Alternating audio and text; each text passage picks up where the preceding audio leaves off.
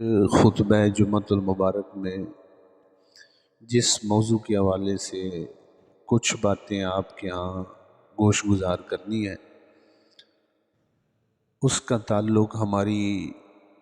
خاندانی زندگی اور فیملی لائف سے ہے، اور وہ ایک بہت ہی خطرناک اور نازک ترین صورتحال ہے جو دن بدن بڑھتی جا رہی ہے۔ میری مراد طلاق کی شرح میں جو اضافہ ہوتا جا رہا ہے، ان کے اسباب کیا ہیں اور ان کا تدارک اور حل کیا ہے، تاکہ ہم بچنے کی کوشش کریں، اپنے تک اس میں احتیاط کوشش کریں، تاکہ یہ رشتہ جو میاں بیوی کا نکاح کی صورت میں قائم ہوا ہے، کسی حد تک کوشش کی جائے کہ یہ باقی رہے، ٹوٹنے نہ پائے۔ گھر اجڑتے ہیں، محبتیں نفرتوں میں تبدیل ہوتی ہیں، اور بڑی دیر تک یہ زخم اندر رہتا ہے اور رستہ رہتا ہے ایک دفعہ اگر گھر اجڑ جاتا ہے۔ اس حوالے سے میں چند باتیں گوش گزار کروں گا۔ اسباب دیکھیں گے کہ وہ ریزن کیا ہے، اسباب کیا ہیں۔ سارے اسباب بیان کرنا ایک نشست میں وہ تو مشکل ہے، لیکن قرآن و حدیث کی روشنی میں چند ایک میں ہائی لائٹ کروں گا۔ اللہ کلمہ حق کہنے کی توفیق عطا فرمائے۔ خاندانی زندگی کا آغاز اسلام کے اندر نکاح سے ہوتا ہے، اور نکاح کا رشتہ اتنا باریک اور لطیف ہے کہ جیسا کہ میں نے پچھلے جمعے پہ عرض کیا تھا کہ اللہ نے قرآن میں اس رشتے کو ایک دوسرے کے لیے لباس فرمایا ہے، پردہ پوشی کا ذریعہ جو ہے وہ فراہم کیا ہے۔ تو لیکن پھر بھی اس رشتے کے اندر بھی کسی موقع اور موڑ اور زندگی کے کونے میں جا کر کچھ قدورتیں پیدا ہو جاتی ہیں، نفرتیں جنم لیتی ہیں، اور گرد و غبار کے بادل منڈلاتے ہیں۔ پھر نوبت تعلق اور نکاح ختم ہونے تک پہنچتی ہے، دراڑیں پڑنے لگ جاتی ہیں، محبتیں نفرتوں میں تبدیل ہونے لگتی ہیں۔ تو کوشش اسلام یہ کہتا ہے کہ کوشش کرو کسی طرح قائم رہے، درگزر کرو، چشم پوشی کرو، قائم رکھو اس کو حد المقدور۔ اور جب ہر دروازہ بند ہو جائے، حالات ناگزیر ہو جائیں اور کوئی چانس باقی نہ رہے، لاسٹ آپشن کے طور پر ناگزیر حالات میں تم طلاق کے آپشن کو استعمال کرو، پھر بھی جائز ہے لیکن اللہ کو ناپسندیدہ ہے۔ یہ ہمیں کوشش کرنی چاہیے۔ ہم طلاق کو فرسٹ آپشن کے طور پر استعمال کرتے ہیں، یہ بہت بڑی غلطی ہے۔ لاسٹ آپشن کوئی صورت ہی نہیں ہے، اب کوئی چانس ہی نہیں ہے، 1% کا کروڑواں حصہ بھی نہیں ہے، ناگزیر حالات میں پھر جا کے آپ پھر اس آپشن کو اختیار کریں۔ ہماری تھوڑی سی تلخ کلامی ہوتی ہے، تو میں ہوتی ہے، ناچاکی ہوتی ہے، پہلا آپشن ہی دونوں کی طرف سے یہ طلاق، میں تینوں طلاق دے دینی ہے، مجھے طلاق دے دے، وہ مطالبہ کرتی ہے، یہ اس کی دھمکیاں دیتا ہے، اور پھر تلخ کلامی، بحث و مباحثہ، لڑائی جھگڑا، لفظوں کا تبادلہ۔ جب طلاق میں اس بحث و مباحثے اور تلخ کلامی میں طلاق کا لفظ ادھر سے مطالبہ، ادھر سے دھمکی یہ شروع ہو جاتا ہے نا، تو پھر وہ لفظ نکل ہی جاتا ہے، آپ بات دل نخواستہ لفظ نکل جاتا ہے۔ اس لیے آپ طلاق، گالی گلوچ یہ بھی اچھے نہیں ہیں، لیکن آپ ہاتھ اٹھا لیں، اگرچہ اچھا نہیں ہے، کوئی اور لفظ بول لیں۔ لڑائی میں طلاق کا لفظ آپ حرام سمجھیں، اپنے لیے یوں سمجھیں کہ حرام ہے، اور بہت ساری باتیں ہیں، سخت جملے ہیں، سخت الفاظ ہیں، وہ آپس میں استعمال کیے جا سکتے ہیں، لیکن ہم شروع ہی دونوں افراد یہاں سے کرتے ہیں، پھر وہ نتیجہ آپ کے سامنے ہوتا ہے۔ اور تعلیمات اسلام سے نا واقفیت کی وجہ سے ہم لوگ ایسا کرتے ہیں، اور یہ پہلا سبب ہے طلاق کی شرح کا، معاشرے میں اضافے کا۔ کیا کہ اسلامی تعلیمات سے دونوں کو اتنی واقفیت نہیں ہوتی، یا ایک کو ہوتی ہے دوسرے کو نہیں ہوتی ہے، دنیاوی لحاظ سے بہت بڑی وہ تعلیم ہوتی ہے۔ یہ میاں بیوی کا جو رشتہ ہے ایک ڈیلنگ ہے، بیوی خامن سے ڈیل کرتی ہے، خامن بیوی سے ڈیل کرتی ہے، یہ ڈیلنگ کا رشتہ ہے۔ ہم اپنے بچوں کو، اپنے معاشرے میں اولاد کو ہر طرح کی ڈیلنگ سکھاتے ہیں، رشتہ داروں سے، استاد سے کیسا سلوک کرنا ہے، والدین کی کیسے خدمت اور ان سے اخلاق سے پیش آنا ہے، کسٹمر سے کیسے ڈیل کرنا ہے، اپنے کلاس فیلو سے کیسے ڈیل کرنا ہے، جس کے ساتھ پارٹنرشپ ہے اس سے کیسے ڈیل، ہر طرح کی ڈیلنگ بچے کو اس کی تعلیم اور تربیت دی جاتی ہے۔ لیکن افسوس سے کہنا پڑتا ہے نہ والدین کی طرف سے بچیوں اور بچوں کو، نہ تعلیمی اداروں میں یہ ڈیل سکھائی جاتی ہے بطور خاوند آپ نے اپنی بیوی سے کیسے ڈیل کرنا ہے، بطور بیوی آپ نے اپنے خاوند سے کیسے ڈیل کرنا ہے۔ یقین کریں مجھے تو نہیں ملا ہے، نہ تعلیمی اداروں چند ایک حقوق بتا دینے کا نام ڈیلنگ یا تربیت نہیں ہے۔ کتابوں کے اندر بیوی کے یہ حقوق ہیں، خاوند کے یہ حقوق و فرائض، اس کا باقاعدہ آپ رسول اللہ صلی اللہ علیہ وسلم کی زندگی کا پورا پورشن دیکھیے کہ آپ اپنی ازواج مطہرات کے ساتھ دن رات کیسے گزارتے، تو اس پورے پورشن کو سٹڈی کریں، پڑھیں۔ تو یہ عدم واقفیت کی وجہ سے بھی یہ بنتا ہے۔ سورۃ نساء اور سورۃ الاحزاب، یہ دو صورتیں کم از کم مرد اور عورت دونوں کو پڑھنی چاہیے، ڈیٹیل میں ایکسپلینیشن اور انٹرپریٹیشن کے ساتھ، تفسیر کے ساتھ واضح ہو جاتا ہے کہ اللہ اس رشتے کو جڑے ہوئے پسند کرتا ہے، اور بیوی کو کیا کہتا ہے کہ خاوند کے ساتھ کیا کرو، اور خاوند کو کیا کہتا ہے بیوی کے ساتھ کیا کرو۔ یہ دو صورتیں اور رسول اللہ صلی اللہ علیہ وسلم کی زندگی کا، سیرت کا، بایوگرافی کا وہ پورشن جس میں آپ صلی اللہ علیہ وسلم کا اپنی ازواج مطہرات کے ساتھ سلوک کیسا تھا، دن رات کیسا تھا، وہ یہ دو چیزیں ہر بچے بچی کو شادی سے پہلے ضرور پڑھنا چاہیے، پھر وہ شادی شدی کے بندھن پہ بنے، ورنہ نہیں ہے۔ لا علمی کی وجہ سے پتہ نہیں کیا کیا وہ شکار ہو جاتا۔ میرے حضور صلی اللہ علیہ وسلم نے کتنے خوبصورت انداز میں ارشاد فرمایا، دیکھو تم میں سے ہر بندہ اچھا بننے کی کوشش کرتا ہے، میں بھی کوشش کرتا ہوں کہ لوگ کہیں کہ اچھا بندہ ہے، قاری صاحب اچھے ہیں، حاجی صاحب اچھے ہیں، چودھری صاحب اچھے ہیں، فلاں صاحب اچھے ہیں۔ ہر بندہ کوشش کرتا ہے کہ نہیں کرتا ہے؟ اچھا ہے، کس اعتبار سے اچھا؟ کہ یہ نماز پڑھتے ہیں، روزہ رکھتے ہیں، حج کرتے ہیں، عبادات نہیں، یار اس کا ہمسایوں کے ساتھ اچھا سلوک ہے، اس کا والدین کے ساتھ اچھا سلوک ہے، لوگوں کے ساتھ اس کا اچھا سلوک ہے، اپنے کلاس فیلو کے ساتھ اس کا اچھا سلوک ہے، لوگوں دنیا کے میں رہنے والے دوسرے افراد کے ساتھ اس کا اخلاق، رویہ، کردار اچھا ہے، ایسے ہی کہتے ہو نا۔ لیکن میرے حضور نے فرمایا صلی اللہ علیہ وسلم، دیکھو تم میں سے اچھا وہ ہے، تم میں سے اچھا وہ ہے، سبحان اللہ۔ میں کہتا ہوں میں اچھا ہوں، آپ کہتے ہیں میں اچھا ہوں، آپ مجھے کہتے ہیں قاری صاحب اچھے ہیں، میں آپ کو کہتا ہوں آپ اچھے ہیں، سبحان اللہ، قربان جاؤں اس پر جس کو حضور اچھا کہہ رہے ہیں، یہ اچھا بندہ ہے جی، اللہ اکبر، سبحان اللہ۔ کیا فرمایا؟ خیرکم خیرکم لأہلی، تم میں سے اچھا بندہ وہ ہے جو اپنی بیوی سے اچھا ہے۔ خیرکم خیرکم لأہلی، لوگو تم میں سے اچھا بندہ وہ ہے، محمد کی زبان صلی اللہ علیہ وسلم، جو اپنی بیوی سے اچھا ہے۔ وَأَنَا خَيْرٌ لِأَهْلِي، اور تم سب سے میں بڑا اچھا ہوں۔ کیوں؟ کیونکہ میں تو تہجد بھی پڑھتا ہوں،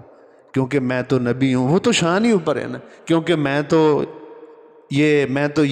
ان شانوں کا نہیں، میں تم سب سے اچھا ہوں۔ انا خیر لأہلی، میں تم سب سے اچھا ہوں کیونکہ میرا اپنی بیویوں سے سلوک تم سب سے اچھا ہے۔ تو بیوی سے اچھا ہونا یہ کسی کے اچھے اور برے ہونے کا حضور نے معیار قرار دیا ہے۔ اب ہر ایک دیکھ لے، دوستوں سے اچھا ہونا، ہمسایوں سے اچھا ہونا، کسٹمر سے اچھا ہونا، یہ تو اس کی مجبوریاں بھی ہو سکتی ہیں، لیکن بیوی سے اچھا ہونا یہ حقیقت میں اچھے ہونے کی علامت ہے۔ اللہ اکبر۔ تو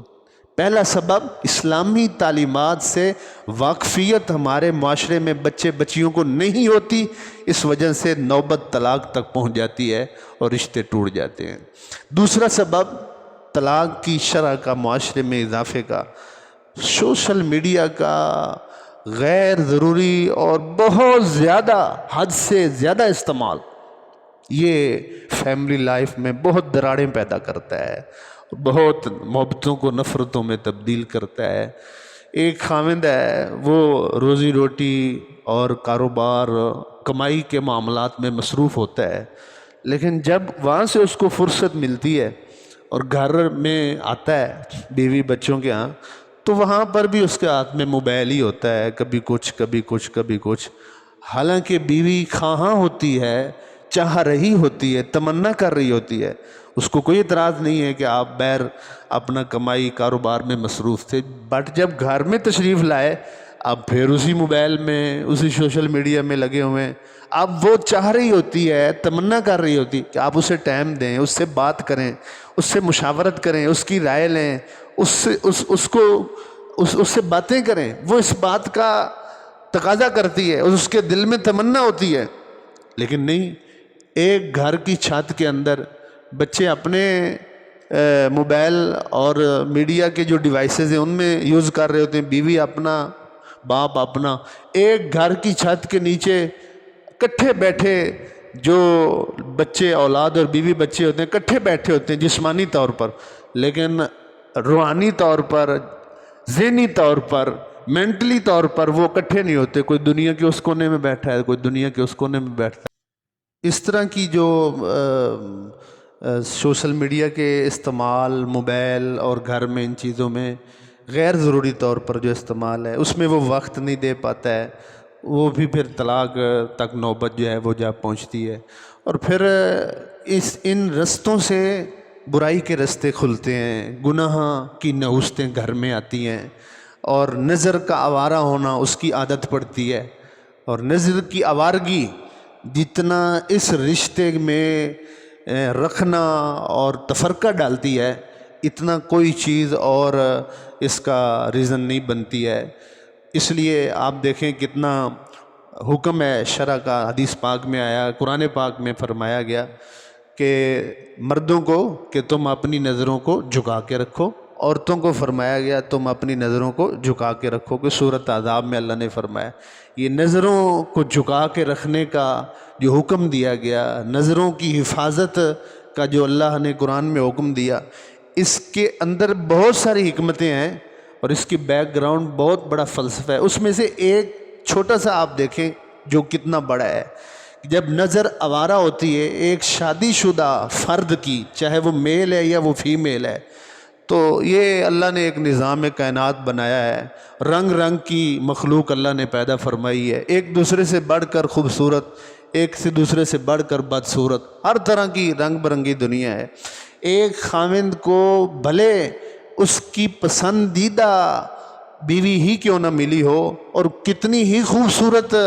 خاتون کے ساتھ اس کی شادی کیوں نہ ہو، لیکن دنیا میں اس سے زیادہ خوبصورت بھی ضرور موجود ہوتی ہیں، اس سے زیادہ حسین اللہ نے ایک مخلوق پیدا فرمائی ہوتی ہے۔ اسی طرح بھلے ایک عورت کو کسی خوبصیرت خاوند سے اس کی شادی ہوئی ہے، لیکن ایک خوبصیرت اور خوبصورت خاوند سے بڑھ کر اور بھی حسن سیرت اور حسن صورت والے لوگ موجود ہوتے ہیں۔ جب شادی شدہ افراد کی نظر آوارہ پھرتی، ان کی حفاظت نہیں ہوتی ہے، تو ایک مرد کی یا ایک عورت کی اپنے بیوی یا اپنے خاوند سے کسی بڑے خوبصورت شکل پر اس کی نظر پڑتی ہے تو دل انسان کے اختیار میں نہیں ہوتا ہے۔ نظر دل کے دروازوں میں سے ایک بہت بڑا دروازہ ہے، اس دروازے سے جب ایک اپنے خاوند یا بیوی سے بڑے کی پکچر دل کی دنیا میں آتی ہے اور دل پر کسی بھی انسان کا کنٹرول نہیں ہے، تو پھر غیر اختیاری جذبات جنم لیتے ہیں، غیر اختیاری خیالات اٹھتے ہیں جو اس کے اندر کے ڈیٹے کو چینج کرتے ہیں، اور اندر میاں سے بیوی سے جو اس کی محبت قائم ہو چکی ہے، رشتہ قائم ہو چکا ہے، اور اس کے بارے میں جو اس کا ایک تعلق ہے اس میں وہ دراڑیں پڑنی شروع ہو جاتی ہیں، اس کے بارے میں اس کے خلاف خیالات آنا شروع ہو جاتے ہیں، اور نوبت یہاں تک پہنچتی ہے بعض دفعہ کہ اس کو کوئی اور اچھا لگنے لگتا ہے، اور اپنی بیوی یا اپنا خاوند اس کا اچھا لگنا اور اس کی خوبصورتی چاہت دل میں کم ہونے لگتی ہے، اور یہ اگر بڑھتی جائے تو پھر نوبت طلاق تک اور تفرقے اور جدائی تک پہنچ جاتی ہے۔ اس لیے بہت بڑا حکمت ہے اس بات میں کہ نظروں کی شادی کے بعد بھی حفاظت کی جائے، اس سے تمہارے رشتے کی حفاظت رہے گی، میاں بیوی میں محبتوں میں اضافہ ہوگا، نظر کو آوارگی سے بچایا جائے۔ اسی طرح طلاق کے معاشرے میں جو بڑھتی ہوئی شرح ہے اس حوالے سے ایک یہ بھی سبب ہے بہت بڑا معاشرے میں کہ رشتے سے پہلے جس لڑکی یا لڑکے سے رشتہ کیا جا رہا ہے اس کی خوب اچھی طرح تحقیق نہیں کی جاتی ہے، محض کسی کی انفارمیشن یا کسی نے کوئی انفارمیشن دی بچی کے حوالے سے یا بچے کے حوالے سے، وہ سرسری سی معلومات اس بندے پر اعتماد کرتے ہوئے جو بیچ میں بندہ تھا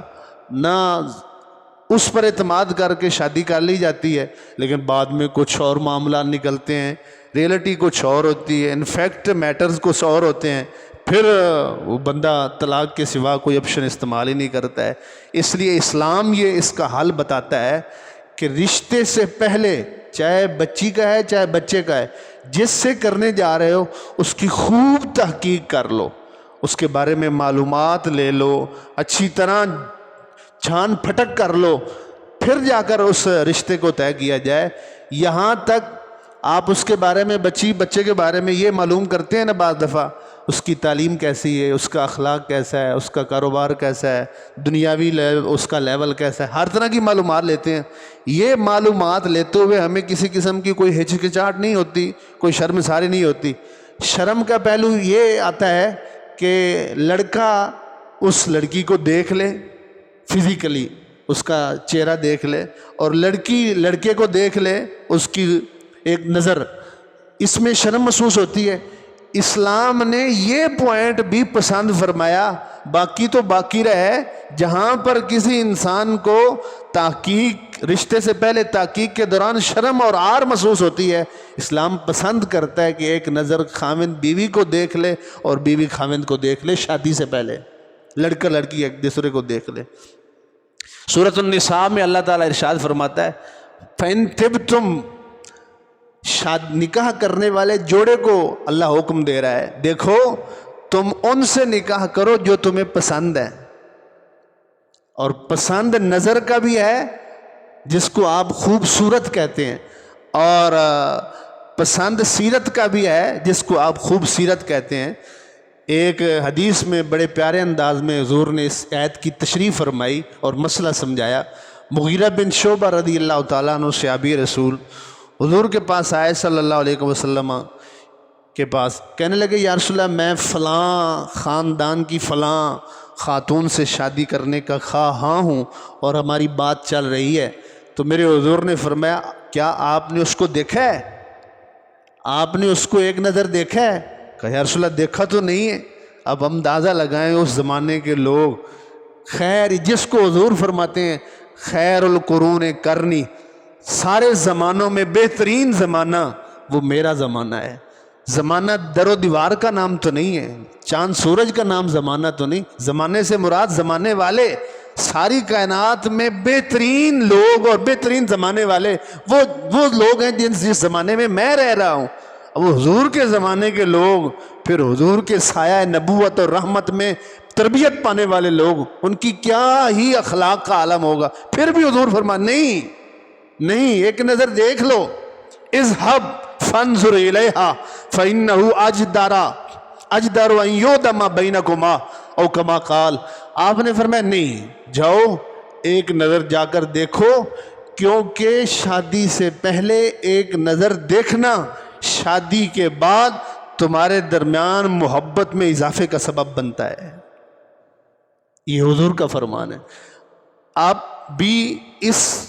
تحقیق کے اس موڈ پر اس آپشن کو بھی آپ ضرور یوز کریں لیکن ساتھ اگر آپ نیت کر لیں کہ سنت ہے اور حضور کا حکم ہے تو مزید محبتیں آ جائیں گی، مزید الفتیں آ جائیں گی، مزید آبادیاں اور خوشیاں آ جائیں گی، کیونکہ حضور کا فرم۔ اچھا پھر دیکھیں وہ گئے، اگلی بات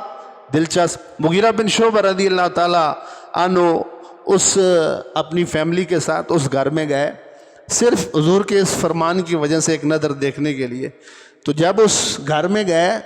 تو بچی کے والدین سے ملاقات ہوئی، جو بچی تھی وہ وہاں موجود نہیں تھی، وہ پردے میں تھی یا دوسرے کمرے میں تھی۔ تو باتوں میں ان کی طرف سے بچی کے والدین سے یہ مطالبہ ہوا کہ یہ مغیرہ بن شعبہ ایک نظر ان کو دیکھنا چاہتے ہیں۔ پردے میں کھڑی بچی یہ بات سن رہی تھی،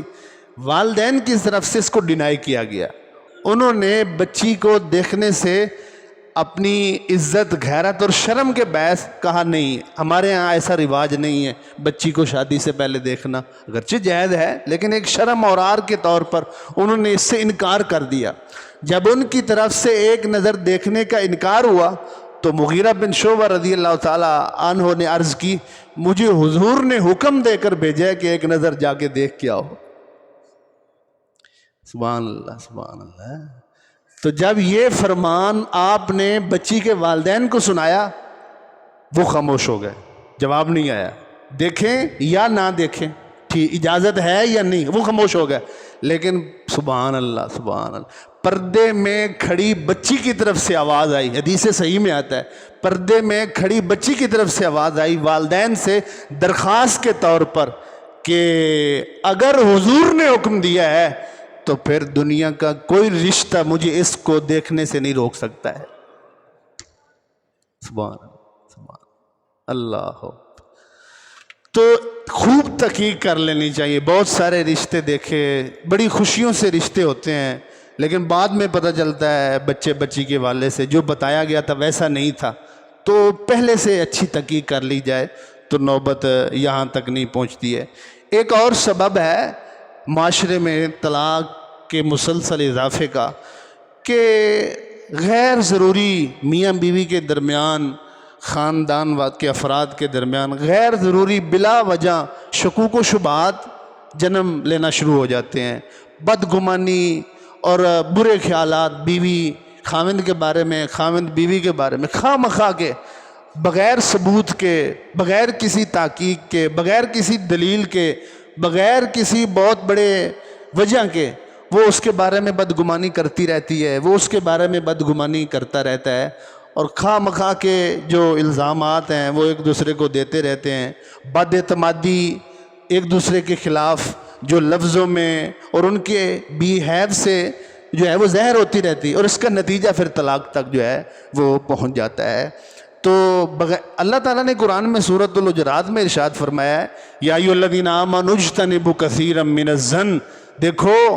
اگر تم میں ایمان ہے تو بدگمانی سے بچا کرو،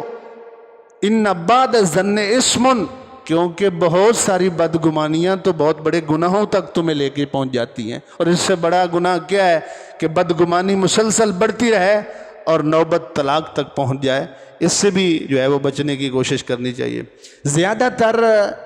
میاں بیوی کے رشتے میں جو بدگمانی بغیر ثبوت اور بلا وجہ جنم لیتی ہے اور بڑھتی چلی جاتی ہے، زیادہ تر وہ شک ہوتا ہے، بیوی خاوند کے بارے میں، خاوند بیوی کے بارے میں شک کرتی رہتی ہے، تو کسی اور کے ساتھ چکر چلا رہا ہے، تو ایسے شکوک و شبہ اس طرح کے غیرت، حیا اور شرم والے۔ لیکن دیکھیں حدیث پاک میں اور قرآن اور حدیث میں اس پہلو کو، جو ایک میاں بیوی کے درمیان شک کا پہلو نکلتا ہے ایک دوسرے پر، اس کو کس انداز میں سمجھایا گیا ہے۔ بڑی پیاری حدیث ہے، سبحان اللہ۔ ایک شخص جو کہ صحابی تھے وہ حضور کے پاس آئے صلی اللہ علیہ وسلم، کہنے لگے یا رسول اللہ صلی اللہ علیہ وسلم، ولد علی غلام اسود، اللہ تعالیٰ نے مجھے بیٹا دیا ہے لیکن وہ اسود ہے، اسود سیاہ رنگ والے آدمی کو کہتے ہیں۔ میں بھی گورے رنگ کا ہوں، میری بیوی بھی گورے رنگ کی ہے، ہماری ساری نسل پیچھے گورے رنگ کی ہے، ہمارا اللہ نے بیٹا دیا ہے لیکن وہ اسود ہے۔ جو گورے رنگت والا اس کو ابیض کہتے ہیں، ابیض گوری رنگت والا، اور سیاہ رنگ والے کلر والا جو ہوتا ہے اس کو کہتے ہیں اسود۔ اللہ نے ہمیں ایک بیٹا دیا ہے لیکن اس کی شکل صورت نہ میرے پہ جاتی ہے نہ بیوی پہ جاتی ہے۔ اب یہ سوال کرنے کا انداز حضور کے سامنے، حضور تو لفظوں سے اس تک بھی پہنچ جاتے تھے جس زبان سے وہ لفظ نکل رہے ہوتے تھے کہ ان لفظوں کے پردوں میں دل میں چھپی نیتیں کیا ہیں، دل کے میں چھپی خیالات کیا ہیں۔ وہ تو خیالات سے بھی آشنا نبی اور واقف اور باخبر نبی تھے۔ تو اس کا انداز ایسا تھا یہ بات کرنے پر کہ وہ شکایت کر رہا تھا، بدگمانی کا اظہار کر رہا تھا کہ یہ ہمارا نہیں ہے، یہ اس کی شکل صورت کسی پر بھی نہیں ملتی ہے۔ تو سبحان اللہ سبحان اللہ، میرے حضور نے کتنی خوش الاسلوبی سے اتنا بڑا جو ایک گمان اس کے دل میں بیٹھ چکا تھا اس کو کیسے رفع فرمایا۔ آپ نے فرمایا، عرب کی یہ عادت اور طور طریقہ عام تھا، آپ نے فرمایا گھر میں اونٹ رکھے ہوئے ہیں؟ کہا یا رسول اللہ میرا پورا ریوڑ ہے اونٹوں کا۔ اچھا ایک بھی نہیں 15-20 اونٹ ہیں گھر میں، ڈھیر سارے ہیں، ہم نے رکھے ہوئے ہیں۔ تو آپ نے فرمایا وہ جو اونٹ آپ نے پورا ریوڑ رکھا ہوا ہے وہ ان کا کلر کیا ہے، ان کی رنگت کیا ہے؟ تو کہنے لگا یا رسول اللہ حمرن، سارے ہی سرخ نسل کے ہیں اور ساروں کی رنگت جو ہے وہ ریڈ کلر کی ہے، سرخ رنگ کے سارے اونٹ ہیں۔ اللہ، میرے حضور نے فرمایا حل فیہ من اورک، کیا ان سرخ اونٹوں میں جو نسل در نسل سرخ اونٹ چل رہے ہیں کیا ان میں کوئی اورک ہے؟ اورک کہتے ہیں black and white, black and white کو عربی میں اورک کہتے ہیں۔ کہا ان سرخ اونٹوں میں جو نسل در نسل اسی کلر میں چل رہے ہیں کوئی بلیک اینڈ وائٹ ہے؟ کہا رسول اللہ ایک ہے۔ تو میرے کریم نبی نے فرمایا فَأَنَّ ذَلِكَ، یہ بلیک اینڈ وائٹ کہاں سے آ گیا؟ یہ بلیک اینڈ وائٹ ان میں کیا کر رہا ہے؟ اب جواب اس پر بنتا تھا کیونکہ اونٹ اس نے رکھے ہوئے تھے، مالک وہ تھا، رکھوالی وہ کر رہا تھا، وہ بتائے گا۔ تو کہنے لگا، مہر لوگ تھے عرب اونٹوں کے پالنے میں، پرورش میں، تو کہنے لگا یا رسول اللہ فلا اللہ، کہنے لگا نازہہ ارکن، یہ جو سرخ اونٹ نسل در نسل چلے آ رہے ہیں ان میں بلیک اینڈ وائٹ جو ایک آ گیا ہے، یہ اس کا میرے پاس جواب یہ ہے، اور یہ ایسا ہوتا رہتا ہے اس طرح کے دوران اس پروسیس میں کہ اس کی اوپر کئی پشتیں اوپر جا کر کوئی ایسا اونٹ ہوگا جو بلیک اینڈ وائٹ ہوگا، اس کا اثر اتنی نسلوں اور پشتوں کے بعد جا کر ابھی ظاہر ہوا ہے۔ تو فرمایا یہی جواب اس کا بھی ہے جو تیرے گھر میں جو بچہ پیدا ہوا ہے۔ یہ کوئی یقینی حتمی اور قطعی ثبوت نہیں ہے کہ گھر میں پیدا ہونے والا بچہ اس کی شکل صورت اور رنگت اور کلر ماں باپ کے ساتھ نہیں ہے۔ کتنے ایسے حبشی اور گورے کالے رنگ کی نسل والے لوگ تھے، اللہ نے ان کو گوری رنگت والے بچے عطا فرمائے، ضروری نہیں، لیکن آپ نے اس کو کس انداز میں جو ہے خوبصورت انداز میں اس کے ذہن سے یہ شک دور کیا۔ تو خواہ مخواہ بغیر تحقیق اور ثبوت کی جو بدگمانی ہوتی ہے اس سے ہمیں بچنے کی کوشش کرنی چاہیے، یہ طلاق تک نوبتیں پہنچاتی ہیں۔ اللہ کے نبی کے ایک صحابی ہیں حضرت جابر، آپ نے ان کا نام سنا ہوا ہے۔ حضرت جابر رضی اللہ تعالیٰ عنہ اپنی بیوی کی شکایت لے کر حضرت عمر رضی اللہ تعالیٰ عنہ کے پاس جو خلیفہ وقت ہیں ان کے پاس آئے، بیوی کی شکایت لے کر، کوئی شکایت تھی۔ تو حضرت عمر رضی اللہ تعالیٰ عنہ کے پاس جب حضرت جابر رضی اللہ تعالیٰ عنہ اپنی بیوی کی شکایت لے کر آئے، اور شکایت کیا تھی کہ وہ جب بات کرتی ہے تو مجھے آگے سوال جواب کرتی ہے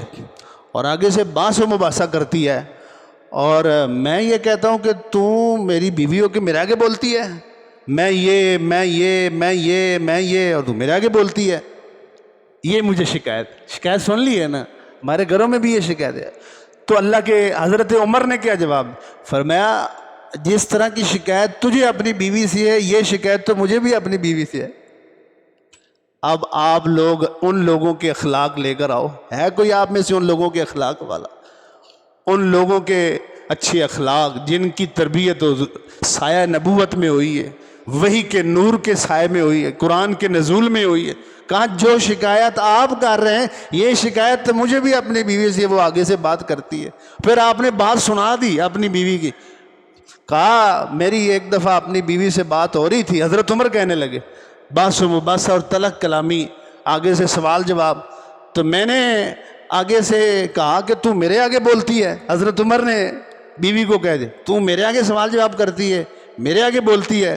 تو میری بیوی نے مجھے آگے کہا، حضرت عمر کی بیوی نے حضرت عمر کے اس سوال پر کہا کہ میں آپ کے سامنے بولتی ہوں یا سوال جواب کرتی ہوں یا بات کرتی ہوں، یہ تو حضور کی بیویاں بھی حضور کے سامنے کرتی ہیں، تو کیا آپ حضور سے افضل ہیں؟ اتنی بات کی، حضرت عمر خاموش ہو گئے۔ پاس حضرت عبداللہ بن مسعود بیٹھے ہوئے تھے، حضرت عبداللہ بن مسعود، انہوں نے ایک حدیث سنا دی، کہنے لگے یہ ایک روایت اور حدیث میں ہے، آپ فرمانے لگے ابراہیم علیہ السلام نے اپنی بیوی کی شکایت کی اللہ سے، کہ اپنی بیوی کے بارے میں اللہ سے شکایت کی کہ میری بیوی ایسی ایسی ہے، تو اللہ نے حضرت ابراہیم علیہ السلام کو سمجھاتے ہوئے ارشاد فرمایا جب تک تم اپنی بیوی میں بہت بڑی خیانت نہ دیکھو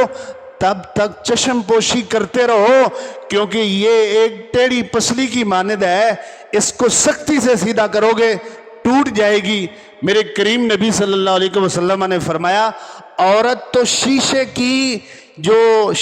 مانند ہے، عورت شیشے کی مانند ہے، سختی سے پیش آؤ گے تو وہ ٹوٹ جائے گی، نرمی سے آؤ گے تو جدھر سے مرضی موڑ لو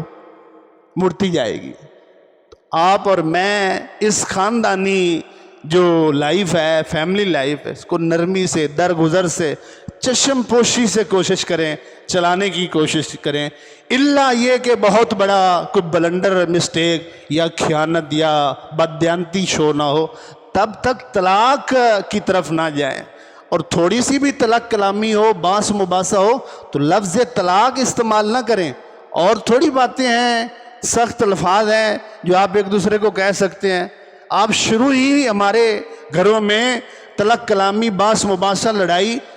طلاق سے ہوتی ہے، وہ طلاق کا مطالبہ کرتی ہے، یہ آگے سے دھمکی دیتا ہے طلاق کی۔ لفظ طلاق یوز ہی نہ کیا جائے، لاسٹ آپشن کے طور پر اس کو رکھا گیا ہے، اور کوشش کیا جائے کہ چشم پوشی، درگزر اور میانہ روی سے کام لیا جائے۔ میرے کریم نبی صلی اللہ علیہ وسلم کی آپ زندگی مبارک دیکھ لیجئے، آپ کی بھی بعض دفعہ اپنی بیویوں سے ناراضگی اور بات چیت ہو جاتی تھی، حالانکہ انک لعلی خلق عظیم کا تاج اللہ نے حضور کے سر پر رکھا ہے، نبی اور رسولوں کا امام اور سید الانبیاء کا سٹیٹس رکھنے والے حضور ہیں، وہاں پر بھی ہو جاتی تھی۔ بعض دفعہ کبھی کسی بیوی کے ساتھ ایک دن اور ایک رات تک بھی ناراضگی رہتی تھی، بول چال نہیں ہوتی تھی، بات چیت نہیں ہوتی تھی۔ وہ مشہور حدیث نہیں سے آسکتا کہ حضور نے حضرت عائشہ سے فرمایا کہ مجھے پتہ چل جاتا ہے جب آپ مجھ سے ناراض ہوتی ہیں، تو آپ نے عرض کی یا رسول اللہ وہ کیسے؟ تو آپ نے فرمایا جب آپ مجھ سے ناراض ہوتی ہیں تو آپ کا تقیہ کلام یہ ہوتا ہے کہ ابراہیم کے رب کی قسم، اور جب آپ مجھ سے راضی ہوتی ہیں تب آپ کا تقیہ کلام یہ ہوتا ہے کہ محمد کے رب کی قسم۔ تب آپ کی زبان پر میرا نام ہوتا ہے جب راضی ہوتی ہیں، اور جب ناراض ہوتی ہیں تب ابراہیم کا نام ہوتا ہے۔ تو حضرت عائشہ مسکرا پڑی، کہنے لگی یا رسول اللہ زبان پر آپ کا نام چھوڑتی ہوں، دل میں تو آپ ہی رہتے ہیں نا۔ اچھے بول ہیں، زبان میں اگر رس ہو تو دو بول بھی ہیں کافی، انسان کو رہتی ہے محبت کی زبان یاد۔ اللہ فرماتا ہے عاشروہن بالمعروف، کوشش کرو، اللہ کہتا ہے کوشش کرو، عاشروہن بالمعروف، کوشش کرو جوڑنے کی، الفت کی، درگزر کی، چشم پوشی کی، کام چلانے کی کوشش کرو۔ یا اللہ میں کوشش کرتا ہوں لیکن اس کی مجھے فلاں عادت اچھی نہیں لگتی،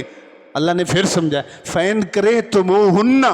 فَعَسَىٰ أَن تَكْرَهُوا شَيْئًا وَيَجْعَلَ اللَّهُ فِيهِ خَيْرًا كَثِيرًا۔ کوئی بات نہیں، اگر اس کی کوئی ایسی عادت جو آپ کو اچھی نہیں لگتی ہے، کوئی ایسی بھی تو ہوگی جو آپ کو اچھی لگتی ہوگی۔